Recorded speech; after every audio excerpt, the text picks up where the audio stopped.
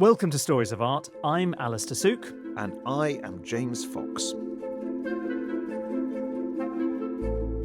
A gaunt, whippet-thin dog with legs as spindly as string and a long Snoopy-like snout seems to be scuttling along the street, sniffing for food or inspiration. His fur appears claggy and matted, yet with a splendid tail, like a medieval knight's pennant, he's got this, dogged, indomitable spirit. There's something irresistible, I think, winning about this questing creature, despite his hunched, half-starved form. So that, James, is my little description of, I think, one of the most charming sculptures ever fashioned by the Swiss artist Alberto Giacometti, who, if we're honest, we associate more with existential gloom than charm. It's called The Dog. It dates from 1951, and rather brilliantly, Giacometti himself considered it a sort of self-portrait. He said, "One day I was walking in the rain, close to the walls of the buildings, with my head down, feeling a little sad perhaps, and I felt like a dog just then. So I made that sculpture." What do you reckon, James? Do you agree with me that this is one of the standout animals in art history? There's not much competition, is there, Alastair? I mean, I think dogs have inspired some of the worst art in history and are still inspiring some of the worst art. Apologies to any pet portraitists who are following this podcast. But this, you're right, isn't just a portrait of a dog. It is a portrait of an artist who, at that point in the 1950s, he's at the very peak of his powers. And peak Giacometti is what we are going to explore in this episode. So just a quick recap. In the previous part, we did discuss Giacometti's idyllic childhood, I think, in the Swiss Alps, that really bizarre encounter with death in northern Italy, the crucial move to Paris, his fascinating experiments there with surrealism. But with the outbreak of the Second World War, he escapes across the border to Switzerland. So this is our second episode on the life and work of Alberto Giacometti.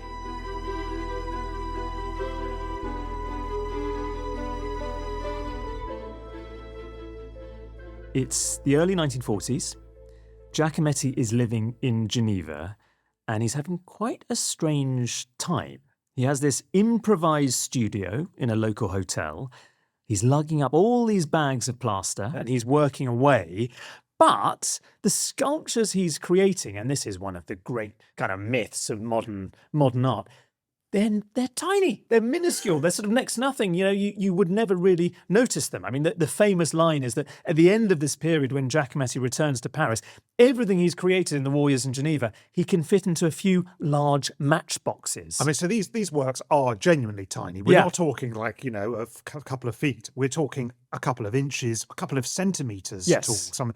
It's a great mystery, isn't it? Why do you think, Alastair, his work becomes so small? Is it a part of this kind of existential crisis that he's suffering? What's going on that's leading to this? I think he does have these crises throughout his career where he suddenly struggles with a mode of making work, and there's another one later in the 50s, and perhaps that's a factor. Mm-hmm. There's also that sense that he had this supposedly this revelation, this epiphanic moment where in the late 30s he has this relationship with a woman called Isabel Nicholas, Isabel Rawsthorne, and she is a very important figure in other artists' lives as well, including that of Francis Bacon. But he sees her from a distance in Paris in the late 30s, and it becomes, he talks about it a lot, this source for him, where he's so struck by something to do with that scale, something to do with the way he's perceiving someone he knows,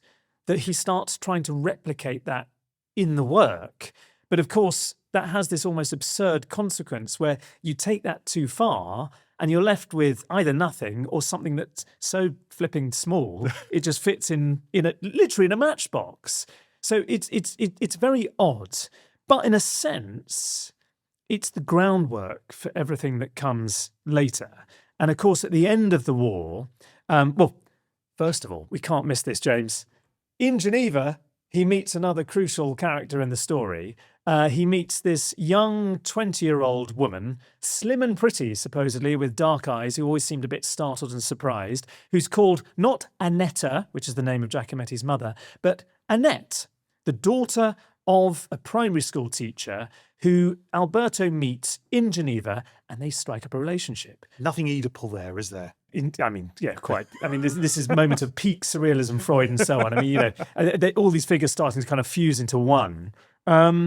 I think the other thing is like the age difference. I'm not sure how we quite feel about all of that stuff now, but I mean, this is what happened. I mean, she's about half his age. He's in his 40s by now. She's about 20, and very soon they strike up this relationship. Eventually, she follows him to Paris, and they marry, and she comes to live in that sort of bachelor's slum, if you like, not really a place for any young woman to be. And maybe we'll come on to that. It must have been a very difficult life for her. But Geneva's important for those two reasons. Yeah. He's creating this tiny, tiny work, which in a sense is the beginning of a transition into what becomes his post-war mature style. But he also meets Annette, who not only becomes his wife, but becomes one of the most important models featuring in his work after the war later on. So there is also... He's back in Paris Yeah. at the very end of the war in 1945. And at the end of that year, the end of 1945, he has yet another epiphany. He has this epiphany, en route to which he gets back to the studio. You mentioned those sculptures in the previous part, which he'd buried. He's delighted to find that they're still there. Diego had actually remained there and looked after the studio in the war. Good old Diego. I read, I don't know if this is quite right, I read he had a pet vixen. I don't know if this was the moment, was this in the Second World War? But he has this pet vixen, which is very Diego. And Giacometti supposedly, he later said that, and this is classic Alberto, that he wished that his sculptures could have actually remained buried in the studio for 1,000 years. But yes, you're right. So that he's now back in Paris. He's left Annette in Geneva for a bit. And he is a big fan of the cinema. Yeah. He loved silent film, the sort of poetry of it. He was a huge fan of Charlie Chaplin. And as you say, late 1945, he has perhaps the key, the cardinal, the big one in terms of epiphanies in his life, which is when he's both in and emerging from a cinema on the Boulevard Montparnasse in Paris. Just to preface this, I've never totally understood what the revelation is. I don't understand it either. Oh, God. Okay, here we go. I was hoping you were going to help me out. Yeah. I have read this revelation. So his many description times. so many times. It doesn't make any sense. Okay, this is what it is. Okay, let's give me see your if best we can... go. This is Giacometti later describing the revelation. The true revelation, he says, the real impetus that made me want to represent what I see came to me in a movie theatre, as we've established. I was watching a newsreel, and I'm going to just slightly compress this. Instead of figures moving in three-dimensional space, I suddenly saw only black and white specks shifting on a flat surface. They'd lost all meaning. And then he goes on to say, I became aware of the space in which we, and he's now referring to him, the audience, the people next to him, swim in, which we never noticed because we've grown used to it. And then he leaves the cinema and he says, when I came out onto the Boulevard Montparnasse, it was as if I'd never seen it before. A complete transformation of reality. Marvelous, totally strange. And the boulevard had the beauty of the Arabian Nights. So, he's describing this kind of transformation in his perception, where I guess everything is suddenly seeming totally defamiliarized, but has this marvelous, wondrous quality. Do you think you mentioned space in that passage. Yeah. I mean, clearly space is going to be an absolutely fundamental material in the works that will become so famous in his mature work. These works where actually the figure is almost being squashed by the space around them, and the figure activates that space. I wonder if that's part of what this revelation is about. I think you're onto something. I have no evidence for what I'm about to say, but I've always had a slight hunch that when he talks about the space, it may be slightly retroactive. Yeah. That there comes a point later where that becomes the critical consensus, that these emaciated, elongated figures that he's soon about to start producing in Paris, that they are about as much the space around them as they are the figure itself. So I wonder whether he's slightly writing back a narrative. But what clearly is happening is that, I suppose, in the 30s, he's talking about the idea he might have lost touch with the mystery of making art. And if nothing else, I feel that passage, some of which I've just read, that's what it's describing, the mystery of inspiration, the mystery of creativity. You can't pin it down, but he clearly has a kind of feeling of inspiration. And as you say, this is the moment where he goes on to produce. I mean, it's a bit like those early years in the late 20s and the early 30s when he has this great flourishing of creativity, the surrealist years. Now this is the other moment of great creativity in his life, when the work is totally different. That epiphany might not make sense to us, but it clearly did make sense to him because, of course, it precipitates possibly the greatest period of his creative life. And very soon thereafter, in the late 1940s, he begins to make these works that everyone recognizes immediately as Giacometti works. Yeah. Is there one that you would like to talk about? Well, I think in the first part, you mentioned the one that went for a record price, and it might be worth talking about that for a little bit. So this is a sculpture called Man Pointing, dates from 1947. So this is 2 years, not even 2 years after that epiphany in the cinema. Yes. And suddenly he's gone from making these tiny sculptures. This sculpture is enormous, it's 6 feet tall. It's not life size because it's very thin, but it's life height, certainly. So clearly a massive transformation has taken place in the way he works in a very short period of time. And in this case, it's a standing male figure, and his left arm looks as if it could be beckoning someone behind him. His head, very, very thin, is turned angled to the right and then is looking at whatever his right arm is extended and pointing at. There's a famous photograph of this work in which the photographer, Ernst Scheidegger, a friend of Giacometti, has the work placed outside in the street.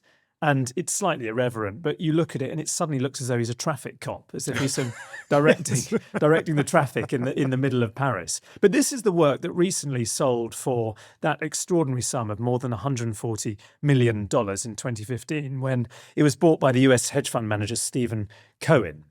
And it was only one night's work. Did you know this? It's an incredible story, this. Yeah, so, I mean, Jack, this is, as we say, the sculpture was made in 1947. There was a big exhibition planned in New York, Giacometti exhibition. And it was basically, as we've said before, he had no major exhibitions from the moment he split with the Surrealists. But he's got a big exhibition, the first one in almost 15 years, opening in 1948. The only works he's got are these little ones in matchboxes. So he really needs to produce some content for this show. And the deadline is fast approaching, and he just thinks, I need something. And so at midnight, he starts making this sculpture, and he works through the night. Giacometti often worked during the night. He spends 9 hours making this enormous 6-foot-tall pointing figure out of plaster. When the guys come to collect the piece to cast it, the plaster is still wet. And they go and they cast the piece. They do 6 editions and an artist's proof as well. And it becomes the work that sells for $141 million. So pretty good money for 9 hours worth of work. Not that he saw the 141 million. No, indeed. I mean, but the thing I love as well about that anecdote is there's an element of brinkmanship in it, because I think he had a version of it already on the armature. And you've got to think that he and Diego are working together in the studio. The studio's expanded a bit by now. Diego is often helping out with various aspects, creating these armatures on which he's modelling the sculptures in plaster. But Giacometti is saying that he had something there, knowing that it was going to be collected the next day, and he chose to demolish it and then do everything that you've just described, working through the night for all of those 9 hours. And it's really interesting because I think it's tempting to look at the famous Giacometti works and think of them cast in bronze. Yeah. But clearly what's sort of exciting him is the in-the-moment process of creativity and working with plaster as a material, something that doesn't have that longevity in the same way. And I think that's something which a lot of contemporary artists now might find, well, not even contemporary artists in the 60s and 70s, it's throwing forward to a different way of making art, which sort of talks about his legacy, if you like. But there is a sort of context for this, which is that we've spoken in the first part about how he was very much in surrealist circles in Paris. We're now in this post-war moment, and he's creating this very different type of art, the mature work with which he's associated. There's another intellectual context, isn't there, with which he's associated. And actually, this show you've mentioned that he would have in New York in 1948, the Pierre Matisse gallery of the younger son of the artist Henri Matisse, is crucial. Yeah.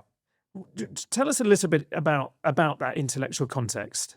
Well, yes, I mean, in the aftermath of the Second World War, and at the aftermath of the horrors of the Second World War, this great philosophical moment emerges in Paris, and it surrounds primarily this philosopher called Jean-Paul Sartre, who becomes for a period very close friends with Giacometti and becomes his most powerful and influential interpreter. They actually fall out terribly later on in life.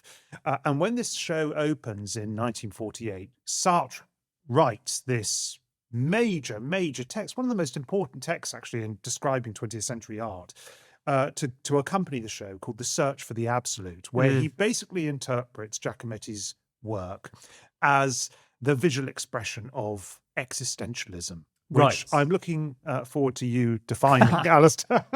Yes. But it's a very, very dense essay. And it's one that I've, again, like Giacometti's Epiphany, I've tried to read it many, many times. Yeah.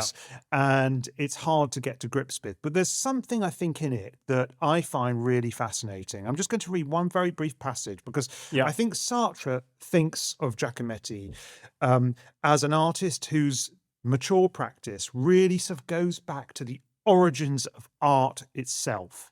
And so he writes this, he writes, "For the first time, the idea came to one man to sculpt another in a block of stone. There was the model, man.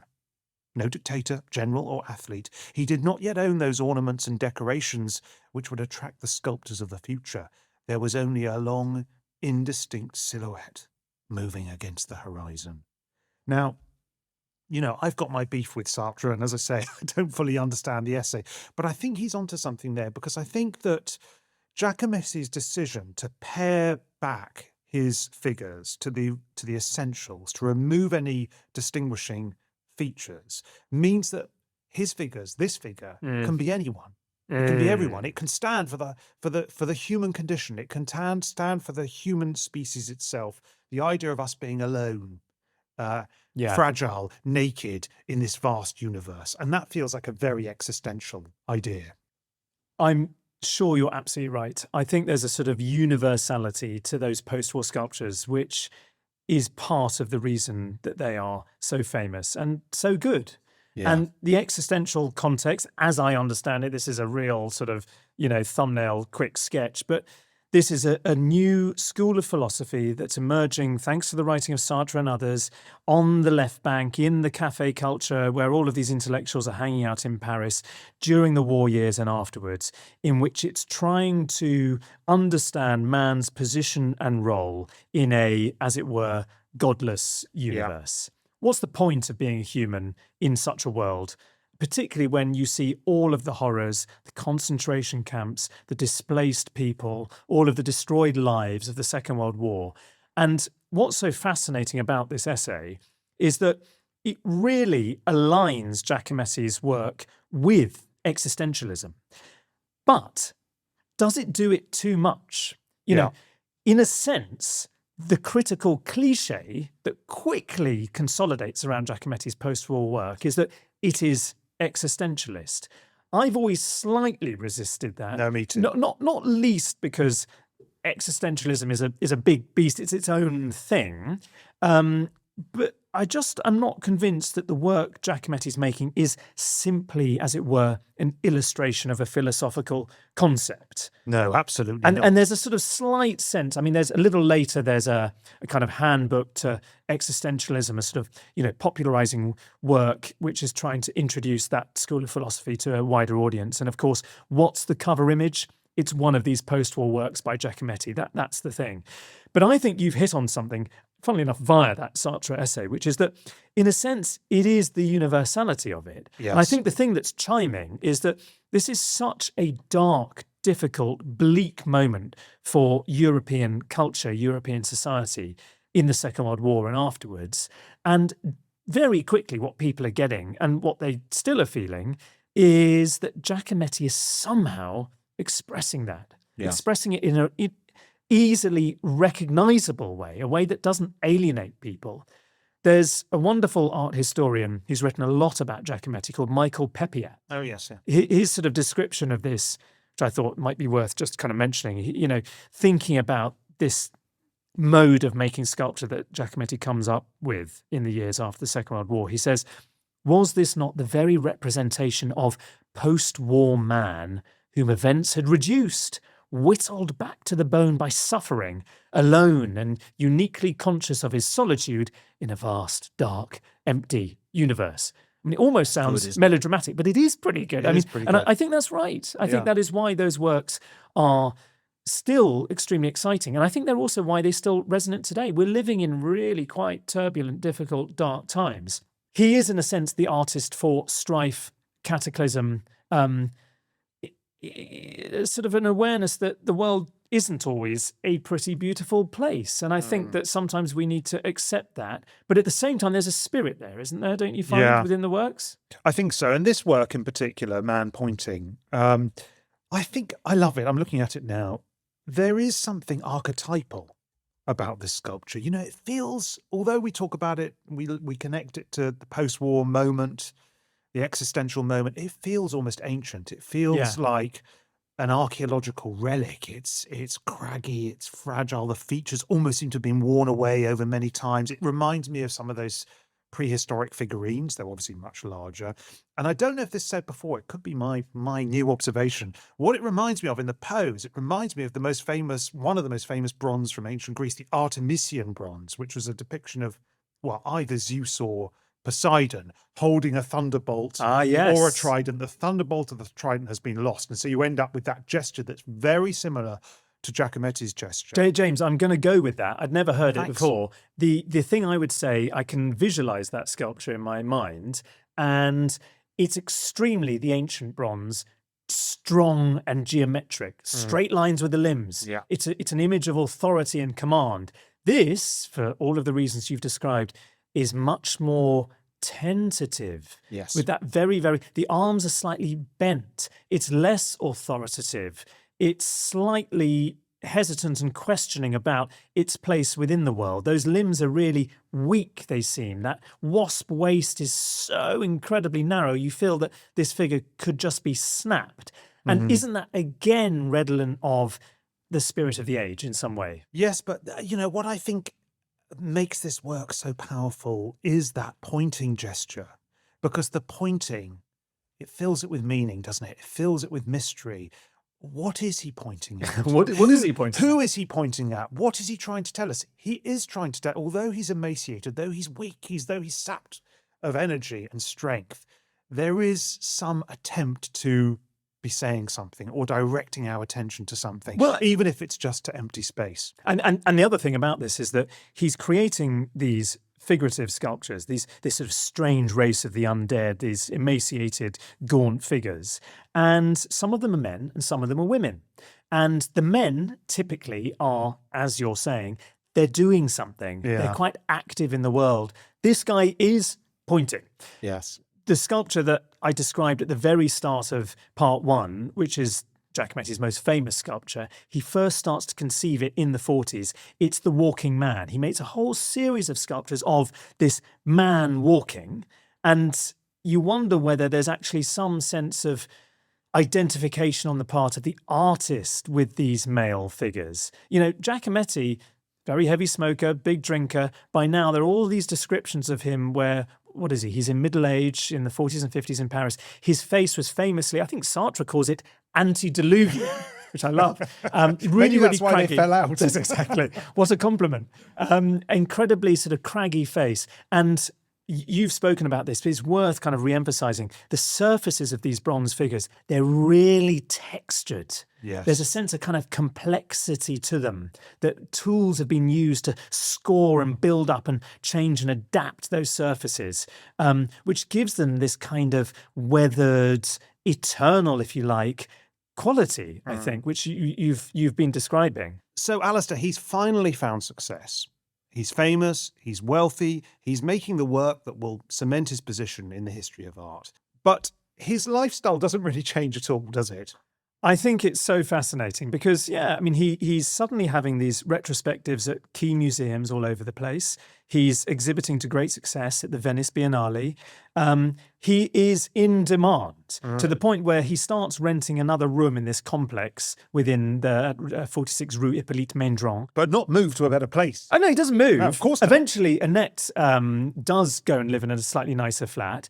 But this new room, so after the war, just a quick little moment on the studio expands. He rents an adjoining room, which becomes the conjugal bedroom, which Annette moves into. It's got sort of initially just beaten earth floor. I think eventually they get terracotta tiles. So, sort of lovely sort of thing. Yeah, Lux for his bride. I think he paints some sort of picture on the wall. But he clearly loves, in opposition to that nice world in Switzerland, still living. It's almost, is it superstitious? If he leaves that environment, then suddenly he's not going to be able to create the works which are clearly causing such a kind of striking this chord with the world at large. But he then gets an additional room, and the one kind of concession to modernity is he installs a telephone. This becomes the telephone room so that somehow this burgeoning kind of exploding international career can be managed from within this space. But no, he doesn't leave. He's still in the same shabby studio. He's still in the same shabby clothes. He's still filthy and covered in plaster dust. I mean, there's one point, even at the very peak of his career,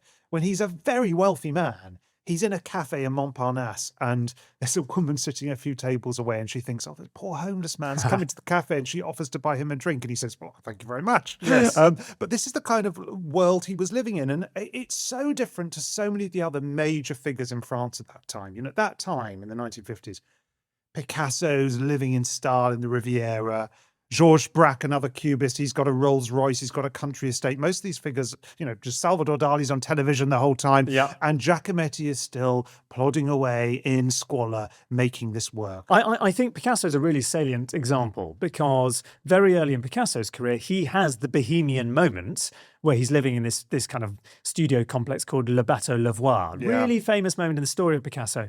And he's impoverished. It's exciting. It's a kind of heroic, courageous avant-garde moment. But as you say, he becomes successful and he leaves it behind. Immediately. Goodbye, Bohemia. Almost all of them do. But Alberto sticks with it for these strange psychological reasons that no one will ever quite get to the bottom of. But it clearly works for him. There's this sort of sense of the rhythm of his day and night, because much of it was night, never changes. Can I read? What have you got? I've got a passage. This is in the James Lord biography, which is the definitive biography. So just quick, James Lord, sort of a young American writer, art critic who meets Giacometti, models for Giacometti, and ends up writing, I think in the 1980s, this really fantastic biography that is still seen as the defining biography. But he writes about Giacometti's routine at this time. Yes. So this is what he writes. At 1 or 2 o'clock in the afternoon, having slept 6 or 7 hours, he would get out of bed, usually still tired from the work of the previous night.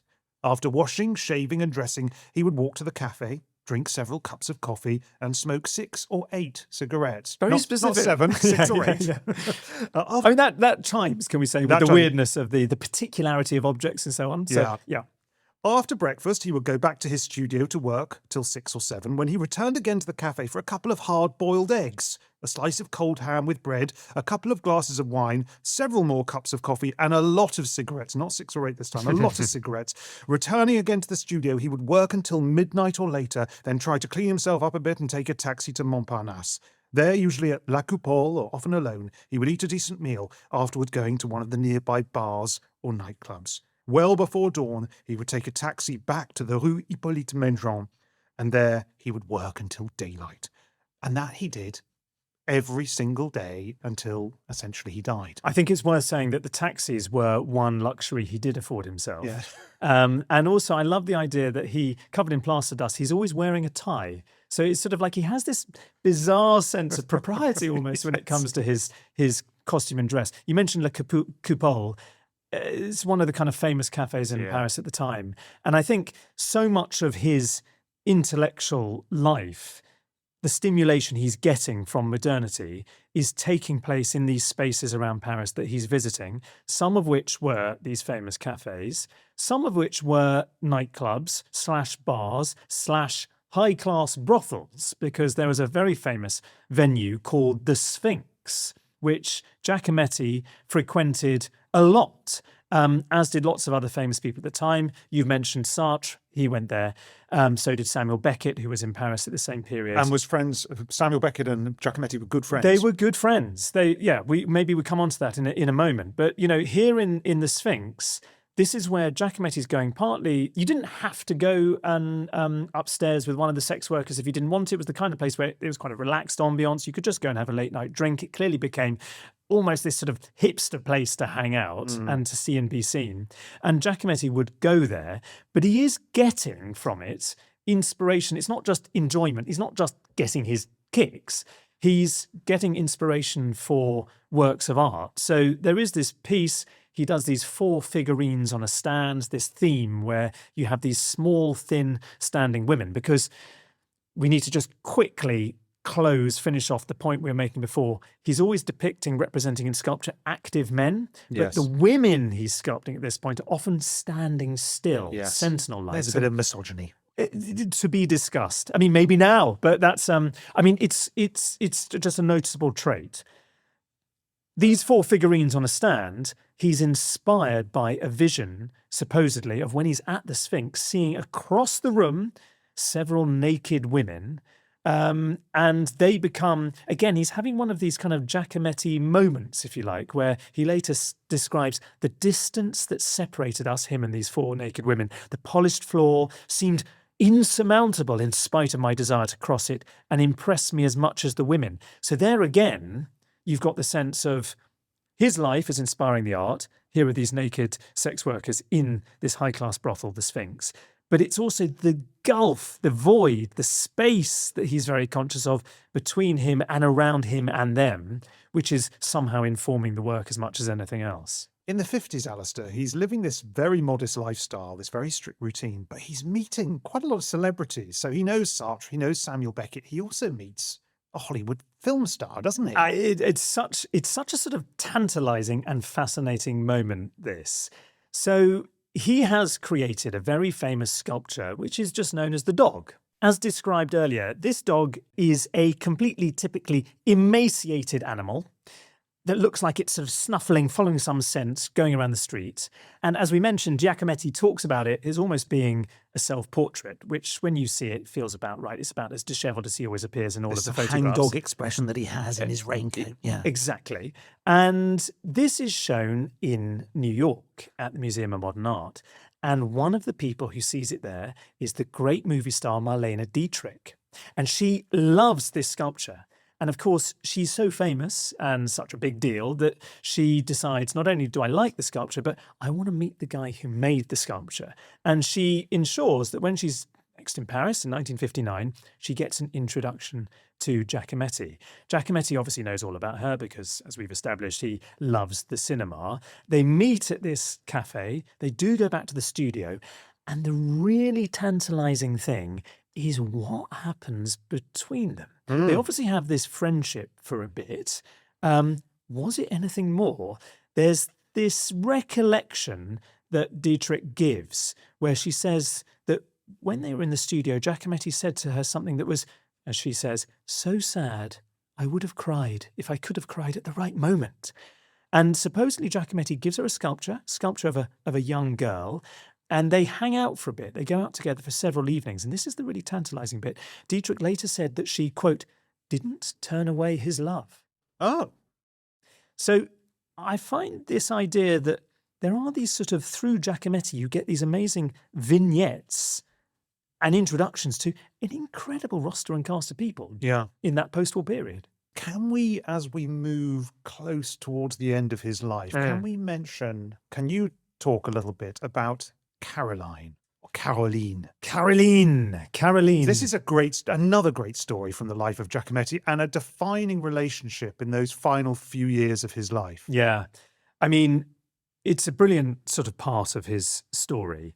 So she's his final female model, much, much younger. She ends up being the subject of more than 30 portraits. And this is all done in the very final years of his life from 1960 onwards for about 5 years. She's born in 1938. Her real name is Yvonne Poireau. She's brought up in a small town west coast of France. She moves to a suburb of Paris with her parents, and somehow she ends up associated with the underworld of Paris. So she denied being a sex worker, a prostitute, and all of the kind of more historical literature about Giacometti, but maybe she was, maybe she wasn't. Certainly she had sex workers among her friends. Her whole circle involved gangsters, drug dealers, thieves. She and Giacometti meet in 1958 at one of these bars, Chez Adrienne, which is in Montparnasse, the kind of place Giacometti's going all the time. So he is 3 times her age at this Oh, point. yeah. He's 60 or something. She's in her early 20s. Yes. So it's a big age difference. I mean, he sort of has some form in this with his wife, Annette, but the age gap is even bigger now. Caroline is extremely unconventional. Again, a bit like that other earlier muse, Isabel Nicholas. She's very high-spirited, and they strike up some sort of rapport. They begin a relationship. But it really crystallizes in this strange episode in 1960 where Caroline goes missing, and it turns out that she's been imprisoned for theft for more than 6 weeks. And Giacometti gets wind of this, and he tries to secure her release. So we're in spring 1960, and he traces Caroline, who's missing, down to a particular prison where she's being held, and he tries to have her freed. He talks to the magistrate who's imprisoning her, fails to get the decision overturned, and eventually she's released in May. But I get the impression that this sort of seals their relationship. It's from this moment on that she becomes this very important model. Initially, he is creating these painted portraits of her because he's painting again. Like in the 50s, as well as all the fame and fortune for sculpture, he returns to painting and to drawing, and he creates these extraordinary things. Maybe in a moment we very briefly talk about James Lord and that famous sitting with the portrait. But with Caroline, he initially is creating these portraits in which she's wearing a pink coat over a red sweater, and she's always coming. This is just the sort of mechanics of his daily life and routine. She's coming late at night. So he'll have a session, Alberto, with his wife, Annette, where she's modelling, and then she scarpers, and then about 9 o'clock, Caroline turns up. And of course, because it's happening late at night, everything's under artificial light, which you can see infused in the pictures he's making of her. And the thing that I just can't get out of my head is this wonderful phrase he uses, because as the series of portraits progresses, he becomes more and more fixated with her gaze, this sort of hypnotic still gaze, and he focuses more and more on her eyes.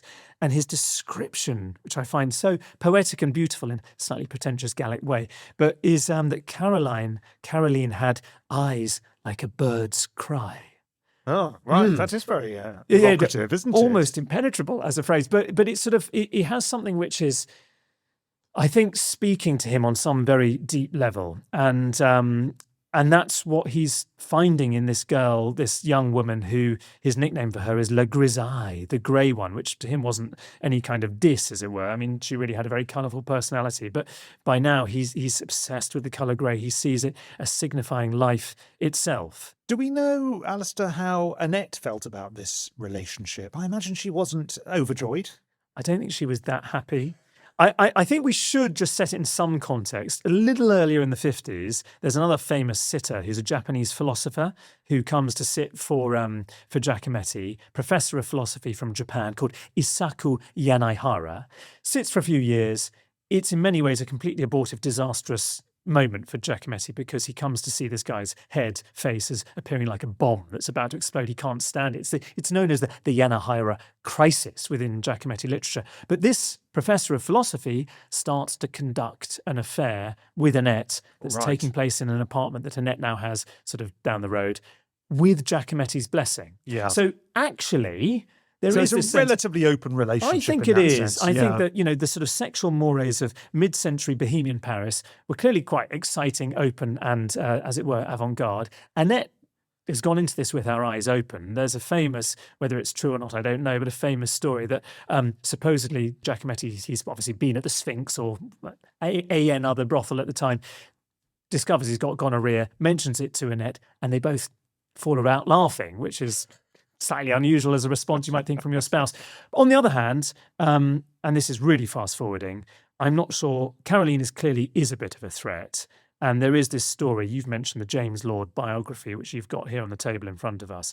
When we fast forward right to the end of his life, when Giacometti's had stomach cancer and he goes to Switzerland and he ends up dying in a hospital there is supposedly this moment where Caroline and Annette on the night before his death are fighting, aren't they, in the corridor outside his where he's actually lying in bed. And I think that perhaps is testimony itself. Yeah. Well, let's come to that. So, I mean, we're now in the 60s, and Giacometti is in his 60s. He's at the peak of his powers artistically. He's commercially very successful, but he is not a healthy man by this stage. He's smoking 40 cigarettes a day. He's got this terrible smoker's cough. He's got lung problems. He's got stomach problems. He's got this limp that he got from being run over decades earlier. He's exhausted because he's working himself to the bone. He works through the night. He never has enough sleep. He's scared of the dark, so he's not sleeping well anyway. And there are just demands on his time in terms of being so in demand, from all of these various exhibitions. I mean, he's having to do stuff in terms of meeting critics, meeting journalists. People are constantly coming to the studio demanding photo sessions, which he's aware is all part of the game and has to do. So yes, he's exhausted. He's working even harder than you, Alastair. So I mean, this is a tough bar to clear. But he starts to suffer these physical conditions. He has a gastric ulcer, which there's an operation in 1963. Then the following year in 1964, his mother dies. It's amazing she's lived this long, but she was a force of nature, Annette. And this, I think, is a real body blow for Giacometti. Have you heard it's very weird. Have you heard what he did after she died? No, tell me. Oh my God. It's almost like the film Psycho. So what he does is he goes to the studio, closes the door, and he starts shouting out in her voice. He starts saying, "Alberto, come and eat. Come and eat, Alberto." And this is his way of kind of trying to bring her back to life. It's very, very weird. And anyway, by this stage, he's really, at the finishing straight. Slightly speechless. Yeah, he slightly lost his mind after the death of his mother, who was such an important figure to him. But he's also, his health is declining quite dramatically. In the end of 1965, he goes back to Switzerland to visit some of his family. He falls ill and ends up going to hospital, and he's diagnosed with various heart and lung conditions, and he declines quite dramatically over Christmas, doesn't he? And one day, this is a great moment. One day in January, well, it's not a great moment; it's a very sad moment, but it's a memorable moment. One day in January 1966, he's in the hospital. He wakes up. And he looks around and he sees all of the members of his family there. So there's Annette, his wife. There's Caroline, his lover. There's Diego, his staunch, loyal brother. There's Bruno, his other brother. There's Odette, his sister-in-law. And he looks at them all and he says, "You're all here. This means I'm going to die." And indeed he does. The following day, he does die. And one of the things that is extraordinary about his death, and this is not my observation, it's an observation of someone who was present when he died, is they said that he became, as he died, one of his sculptures. His face became emaciated. His mouth fell open. It's so much like the Peter Van Meur's story of him observing this human being become an empty body, if you like. And that is what happens to Giacometti. What an amazing end to the story that Giacometti becomes one of his own sculptures visually. And a reminder that all of those sculptures, there's this clearly this kind of death in life aspect to them, almost throughout, certainly in that post-war period. I mean, for all of the narrow constriction of just mostly being in this Paris studio and occasionally going back to Switzerland and then coming back, it feels like it's a sort of, there's an epic, mythic component to the story of Giacometti, don't you find? Yeah. Which I think still resonates now. It's very interesting to me that clearly artists who have followed him have found him very inspirational and continue to do so. He's not a figure who's sort of somehow in the aspect of history. He still is, there's an afterlife to him and his legacy. Yeah, what do you think is his legacy? I mean, my view is, in terms of Giacometti's legacy, is that I think one of the most important lessons that he gives us is that he went his own way. And, he was living through a period of big movements, of cubism, of surrealism, of abstraction, when so many progressive artists were trying to inhabit particular movements and styles. he ultimately, despite a few dalliances, he rejected all of those movements. He went his own way, and he returned to the, if you like, the most ancient of artistic practices, which is the human figure.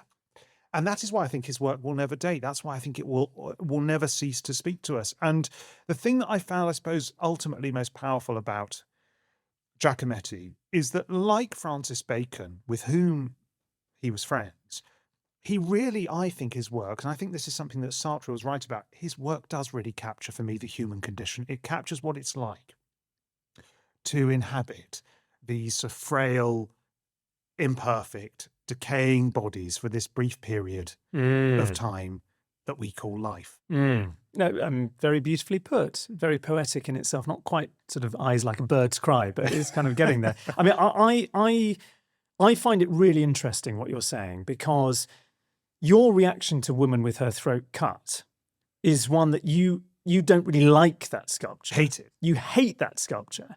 And I think there's something maybe telling there, because if he'd only made work like that, would he have the fame and reputation that he does have? And arguably that wouldn't be the case, because the post-war work has that more, how to put it, sort of classic, timeless, universal quality, which the surrealist work, I think, is brilliant and amazing and rich and violent and dark and all sorts of other things, but it doesn't have that. No. And in a sense, there is this idea that Giacometti, his work endures because he wasn't just about, as some modern artists were, kind of shock tactics.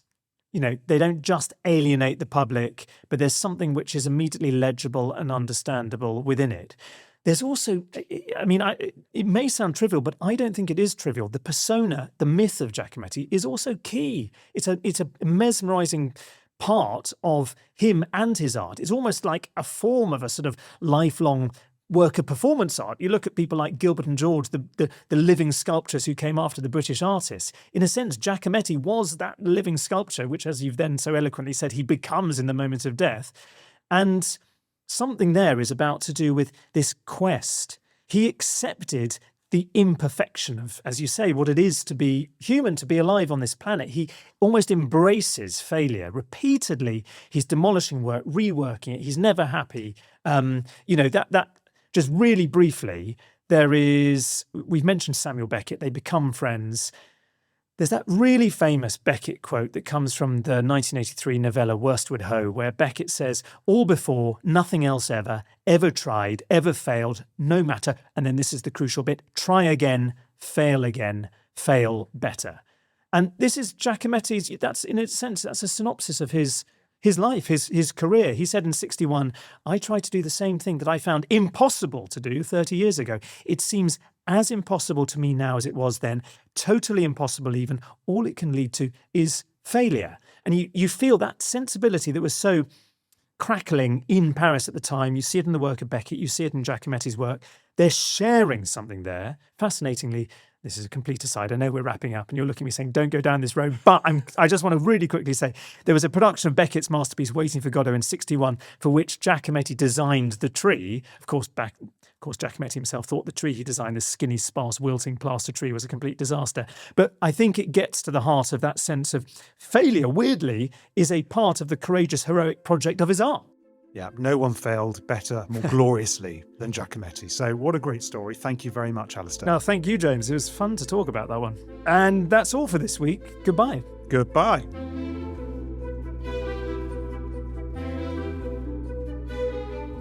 Join us next week as we begin a revelatory new series on one of the most famous artists who ever lived, Vincent van Gogh.